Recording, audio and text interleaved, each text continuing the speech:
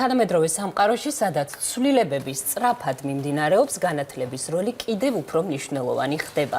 ამ თემაზე ვრცლად ჩვენ სტუმართან, ფილოლოგიის დოქტორ გია მურღულიასთან ერთად ვისაუბრებთ, რომელიც ახლა სტუდიაში შემოგვიერთდება. დილამშვიდობის. დილამშვიდობისა, მოგესალმებით.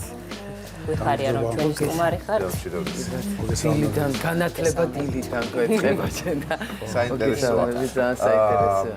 გითხარით, რამდენად პრიორიტეტულია ამდენ სოციალურ ქსელებში, სხვადასხვა პლატფორმები შემოვიდა 1000 ინფორმაცია დევს და ასე შემდეგ, რომელი ნამდვილია, რომელი არა, ესეც კიდე ცალკე პროფესია, როგორ მივხვდეთ ნამდვილს და არანამდვილს, მაგრამ რამდენად მნიშვნელოვანია დღეს განათლების მიღება და რამდენად არის სურვილი ახალ თაობებში, რომ იყვნენ განათლებული საზოგადოების წევრები. და განსაკუთრებით, როცა სამყარო ისეთი ციფრული შემოიჭრა და აი ამ ფონზე რამდენად მნიშვნელოვანია. მესამე თქვენ დააბრუნდით. კი ბატონო, ყველაფერი ერთად.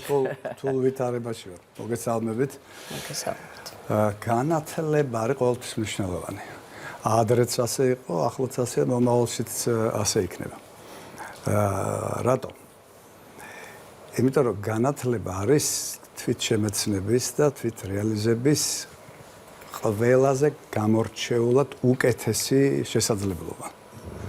უამისოდ ადამიანი ვერ ყალიბდება ვერც პიროვნებად, ვერც პროფესიონალად, ვერც მოქალაქედ. ამიტომ ბუნებრივია, რომ როდესაც ადამიანი თუ სახელმწიფო თუ საზოგადოება ფიქრობს იმაზე, კონკურენცია როგორ გასწიოს აი ამ ჩვენ სასტიკ დროში, როდესაც კონკურენცია ჯამს ყველაფერს. ბუნებრივია, რომ ფიქრობს იმაზე, რომ რესურსებად ქვეყნის რა გინდა რა სიმდიდრედ, მაგრამ თავარი ღირებულებაც და თავარი რესურსიც წარმატების, ქვეყნის წარმატების ეს არის ადამიანი. ადამიანში ჩადებული ინვესტიცია არის ყველაზე კარგი ინვესტიცია. თუ შენ მოახერხებ იმას, რომ ქვეყანაში ნორმალურ, კარგ, პერსპექტიულ განათლების სისტემას ააგებ, ეს იმას ნიშნავს, რომ შენ აკეთებ განაცხადს ყველაზე სერიოზულ წარმატებაზე, რომლის მიღწევაც შეგიძლია. მაგრამ ასეთ დროს სახელმწიფოს აქვს ვალდებულება იყოს მისი საზოგადოება განვითარებული და განათლებული, თუ ეს ხალხ საზოგადოებაზეა მინდობილი, მას აქვს თუ არა სურვილი რომ იყოს განათლებული? საერთოდ სახელმწიფოს და პიროვნების ურთიერთობის თემა აქტუალური თემაა მუდმივად. სახელმწიფო შექმნეს პიროვნებებმა. იმისთვის, რომ სახელმწიფომ უზრუნველყოს ის, რისი გაკეთებაც ერთ ადამიანს არ შეუძლია. უზრუნველყოს უსაფრთხოება, განათლების სისტემა, ჯანდაცვის სისტემა, ფინანსური სისტემა და ასე შემდეგ. ხო? დიახ. ჩვენ სახელმწიფოს ვაძლევთ უფლებას პიროვნებები, რომ მას ჰქონდეს ყავდეს თქვა ჯარი, რომ გარე საფრთხისგან დაგვიცვას, პოლიცია რომ შიდა ჰარმონია უზრუნველყოს და ასე შემდეგ. მაგრამ ის ჩვენ შევქმნით. არ შეიძლება რომ ის იყოს მთავარი და ჩვენ ვიყოთ მეორე ხარისხოვანი. ასე რომ სახელმწიფოს ცხადი აქვს ძალიან მკაფიოდ გამოკვეთილი, ნათლად ჩამოყალიბებული ვალდებულებები, რომ განათლების სისტემა ამ შემთხვევაში რაც ვლაპარაკობთ, იდგეს იმ სიმაღლეზე, რაც აუცილებელია საზოგადოების განვითარებისთვის. კი ბატონო. აი მე რა მაინტერესებს განათლება, აი ყველაზე ცუდი ის არის, რომ გეტყვიან ადამიანს, რომ შეგაუნათლებელო. ხო, ეს არის ყველაზე პირველი საშინელებაა და ეს განაპირობებს, რომ ესე გაუნათლებელი ხარ, შევა რაღაცა პრიმიტიული, მოკლედ, ძალიან ცუდი. მართალიც რომ იყოს, მაინც საშინელება. მართალიც რომ იყოს გაუნათლებლობა. მაგრამ აი ამაშიც ახლა თქვენ ლაპარაკობდით პიროვნება სახელმწიფო და ძალიან დიდი მნიშვნელობა აქვს დამეთანხმებით პედაგოგს, ხო, მასწავლებლას, ვინც შენ ამ განათლებას გაძლევს. იგივე ცხოვრებაში, იგივე პროფესიაში იქნება თუ სკოლაში იქნება. აი, რა მაინტერესებს, აი, გადამწყვეტი მნიშვნელობა აქვს ამ პედაგოგს, აი, რამდენად მნიშვნელოვანია, თქვათ, ნიშნობა სკოლას, პედაგოგს, ადამიანური თვალსაზრისით. სხვათა შორის ძველები, ჯერ კიდევ ძველები ხვდებოდნენ იმას, რომ დრო არის მთლიანი. და მასწავლებელი არის მთავარი პერსონა, რომელიც ამ დროის მთლიანობას შეგამეცნებინებს და გაგაცნობიერებინებს იმას, რომ უამესოდ შენ შეიძლება არ იყო ის, ვინც მოწოდებით ხარ ადამიანი. არსებობს ინფორმაცია, რომლის მიღებაც ახლა მეტუმეტეს თავისუფლად შეიძლება. მაგრამ ინფორმაცია არ უდრის აზროვნებას. მასწავლებელი არის ის, ვინც შენ გზას გიკვლევს თავისუფალი და შემოქმედებითი აზროვნებისკენ. ხანდახან ამბობენ, რომ ახლა ხელოვნური ინტელექტი ისეთი დიდი ნაბიჯებით ვითარდება, ხო, რაც გუშინ იყო, ის დღეს არ არის და რაც ხვალ იქნება, ის გაგვაუცებს თუ ყველას. ხო? და იმასაც ამბობენ, რომ ბევრ პროფესიას ჩაანაცვლებს. ეს და ზოგიერთი რამ საჭირო აღარ იქნება, რასაც ჩვენ ძალიანაც მიჩვეულნი ვართ. და ცოტა შიშიც გვაქვს ამისი სხვათა შორის.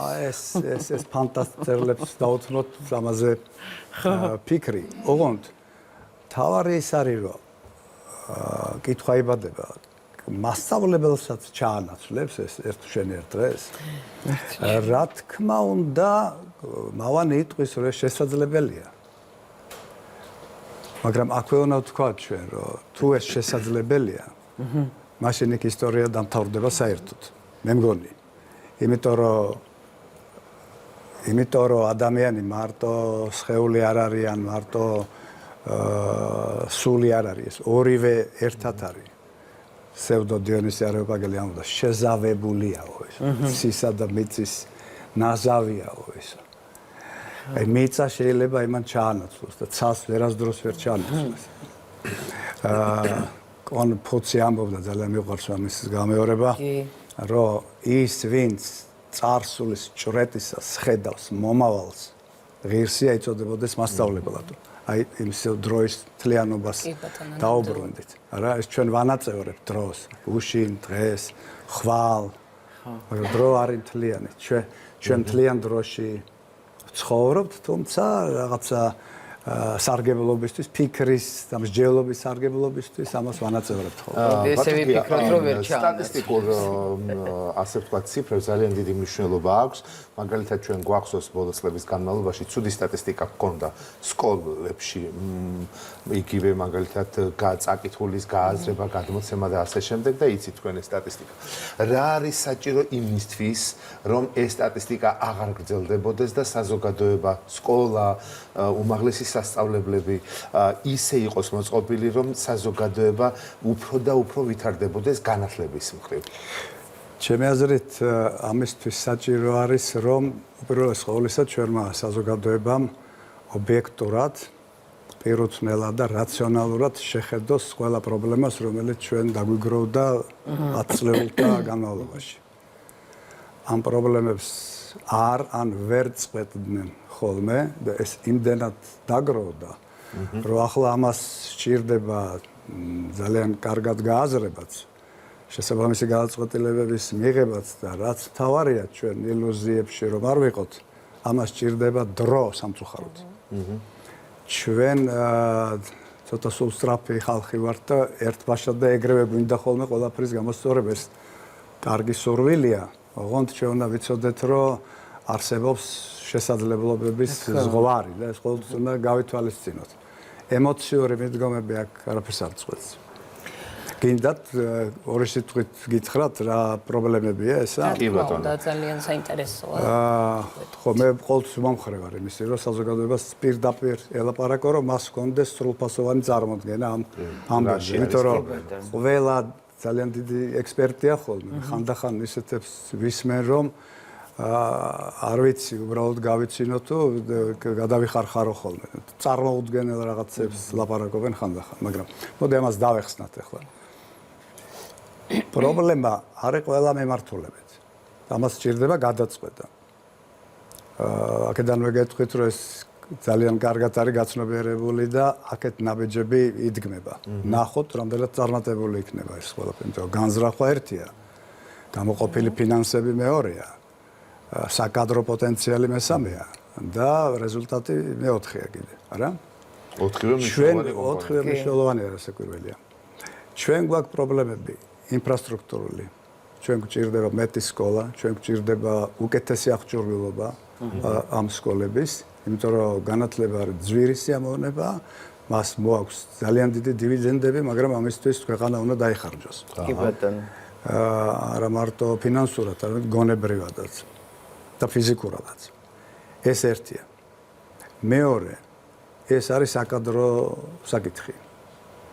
თქვენ რომ გადახედოთ მაგალითად საშუალო ასაკს ჩვენი მასწავლებლების ეს რამდენადმე აღემატება ზოგადად მიღებულ საშუალო ასაკს.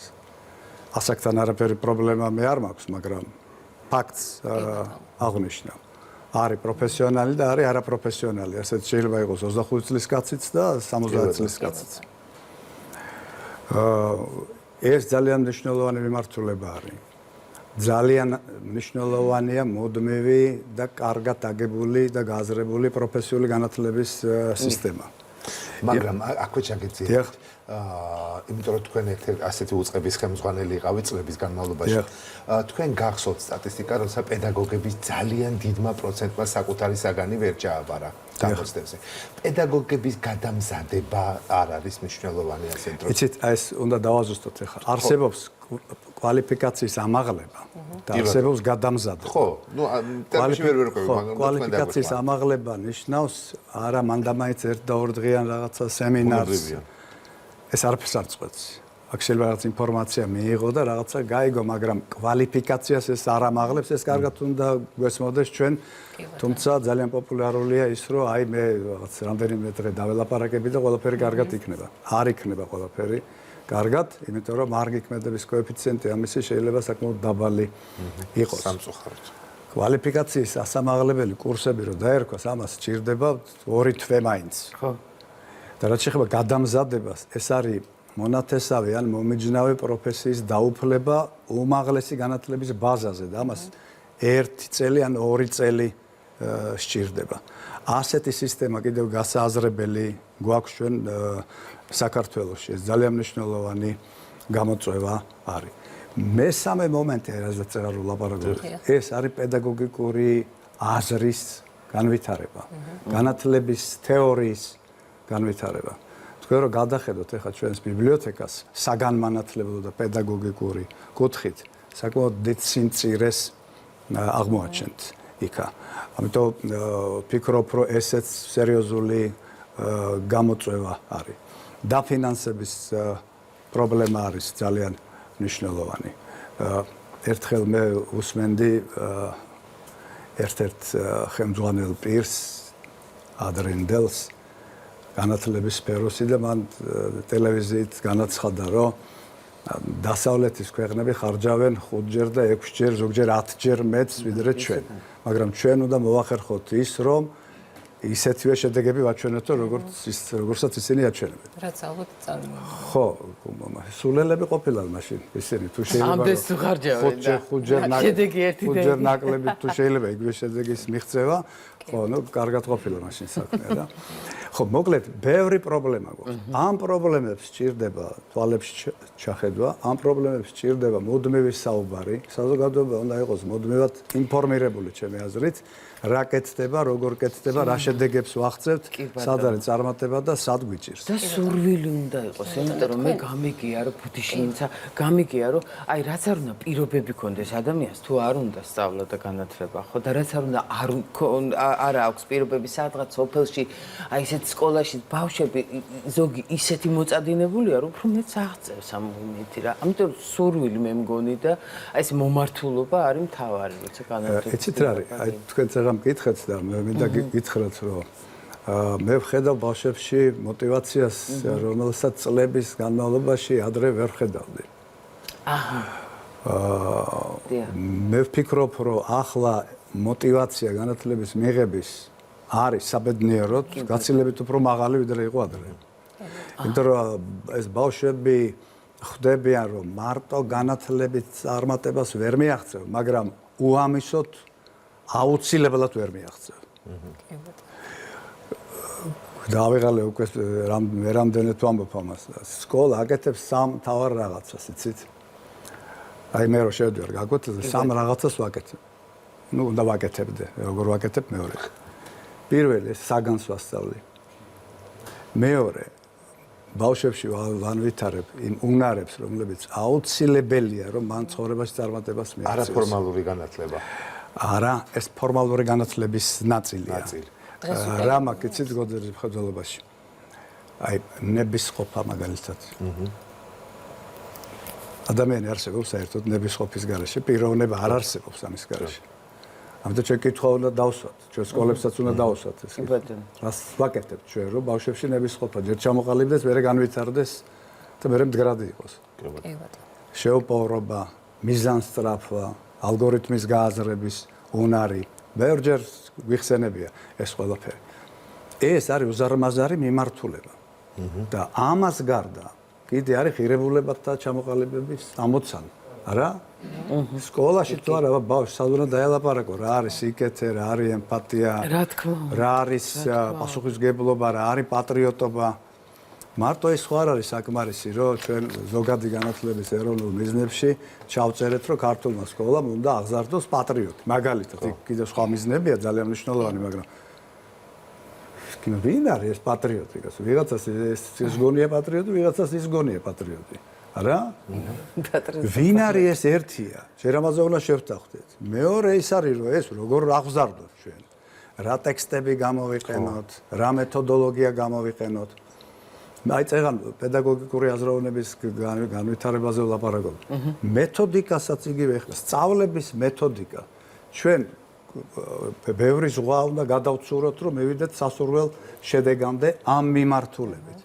აი მაგალითად ბოლო წიგნი, რომელიც ეხებოდა ქართული ლიტერატურის სწავლების მეთოდიკას სკოლაში, გამოვიდა მგონი 80 წლის წინ.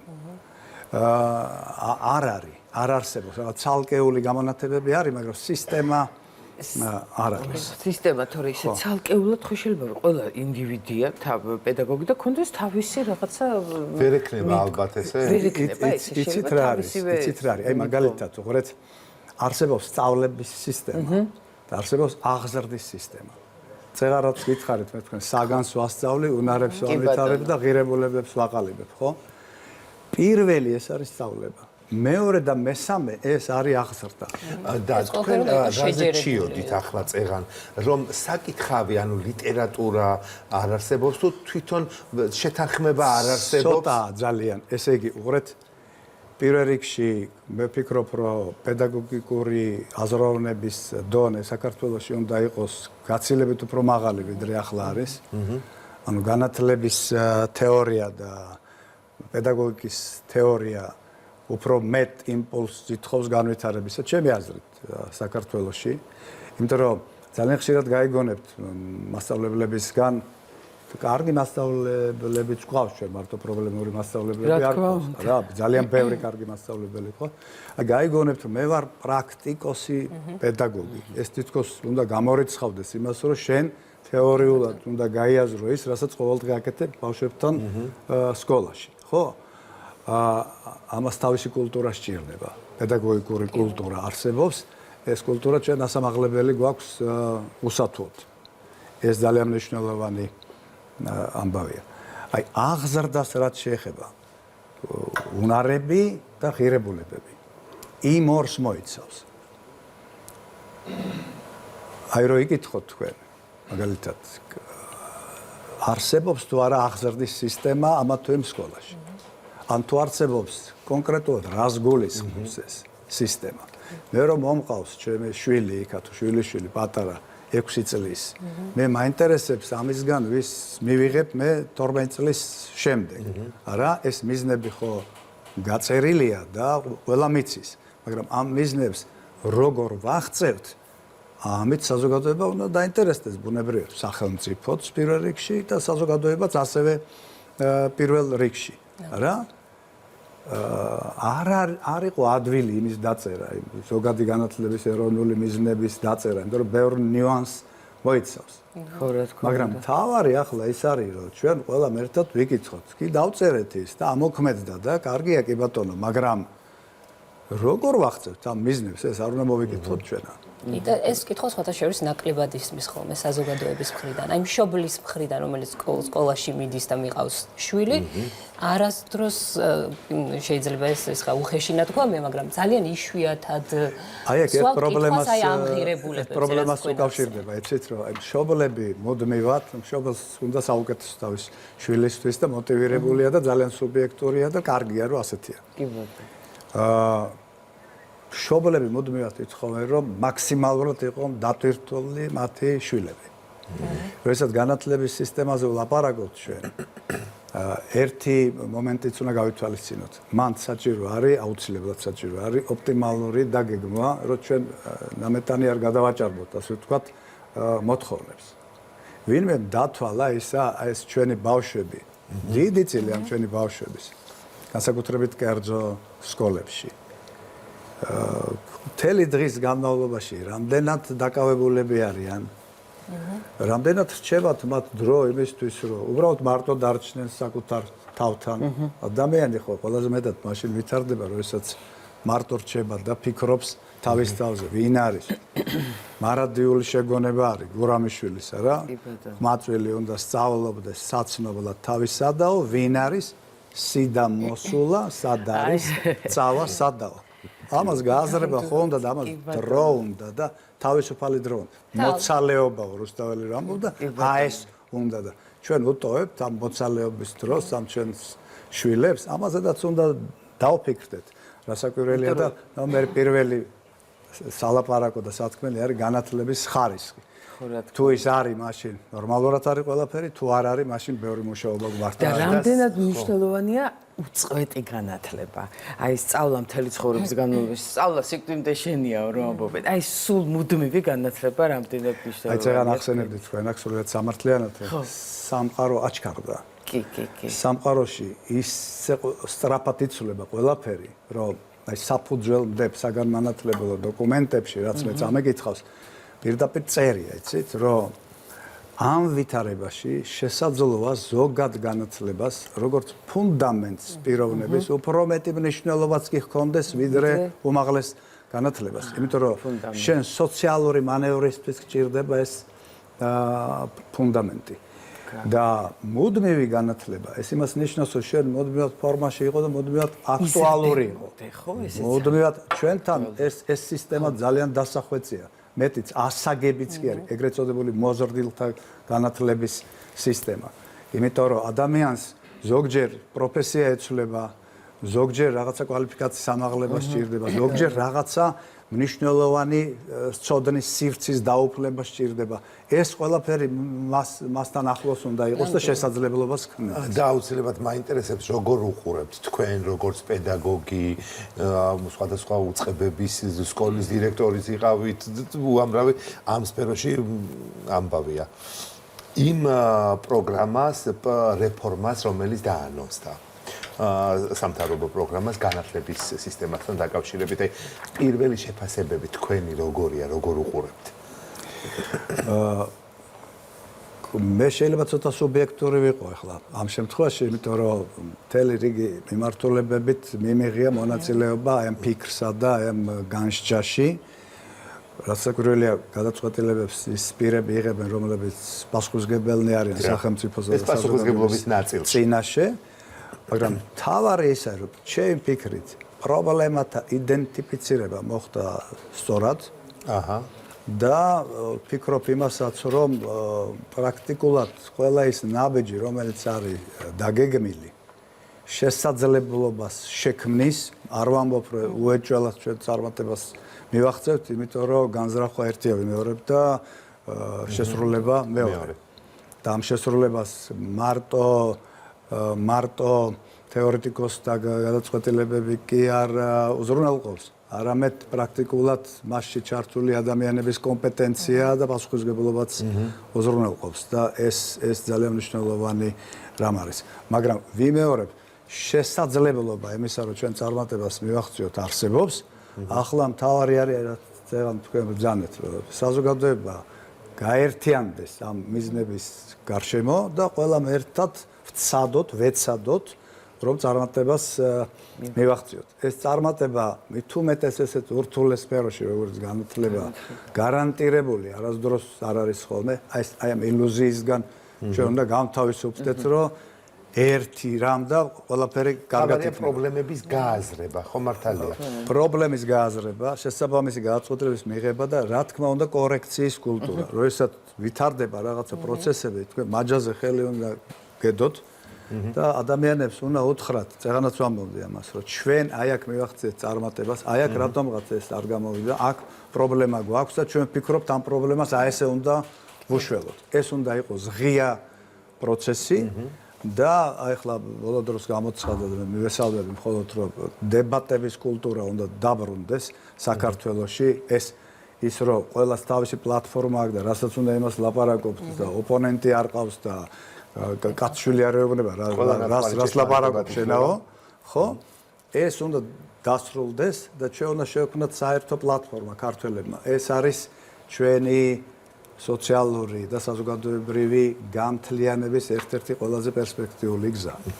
ძალიან დიდი მადლობა. მოკლედ ვისაუბრეთ ისეთ მნიშვნელოვან თემაზე, როგორც განათლებაა. ფილოლოგიის დოქტორი გია მურღულია იყო ჩვენი სტუმარი. ძალიან დიდი მადლობა თქვენ. იმედი მაქვს, ბევრი რამ ვისწავლეთ ყველამ ერთად. ყოველ შემთხვევაში ამგვიხსნეს რა არის პრობლემა და თავარი ის არის, რომ პრობლემის გააზრება მოხდა და არ ვიცი რადიკალურად შეიძლება თუ არა ის სისტემა რაც აქამდე იყო, მაგრამ ყოველ შემთხვევაში ამაზე საუბრები ისედაც უკვე ძალიან კარგია. ძალიან დიდი მადლობა თქვენ.